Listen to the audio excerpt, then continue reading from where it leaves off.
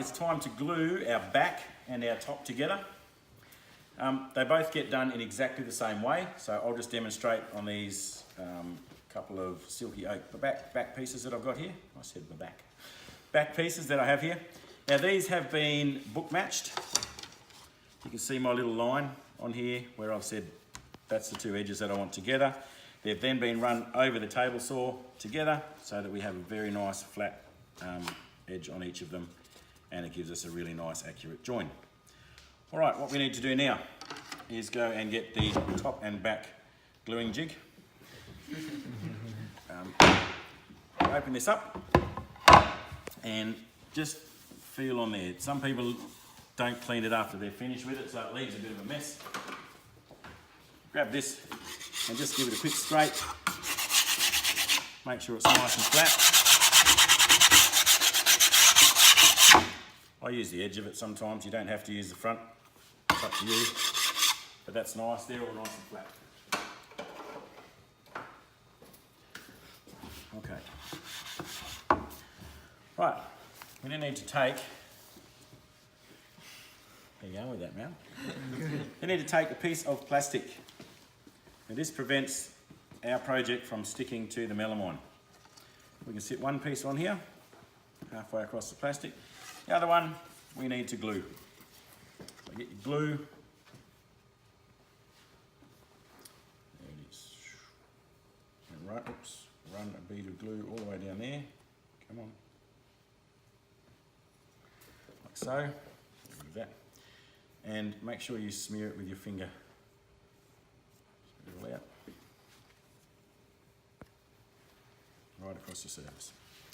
Line them up. Check that your lines do actually line up here, and push them together and just move them up and down just a little bit. That will help squash the glue into the pores of the timber. Hold them together, wipe off the excess on here. It's a bit hard to do it on the back at the moment, but wipe off the excess here. Place this over the top there, and then we can flip that cover back over. That's got it ready to go. Now what we need to do, in order to clamp these two together, this needs to be pushed in hard together. If we just put clamps on that, it would tend to pop up and pull it apart. So we're going to take two clamps off the top here and just sit one under each end. They don't have to be done up tight. They just basically sit there. I put them on a little bit of an angle because that means this is not going to rock and tip over. So just the slightest little bit of pressure on there. All that's going to do is stop these pieces picking up the jig. Then we need 3 from down here. Our longer clamps. So I generally rest it down in here. Here's my first one, and roll the clamp around to tighten it. Do the same up this end.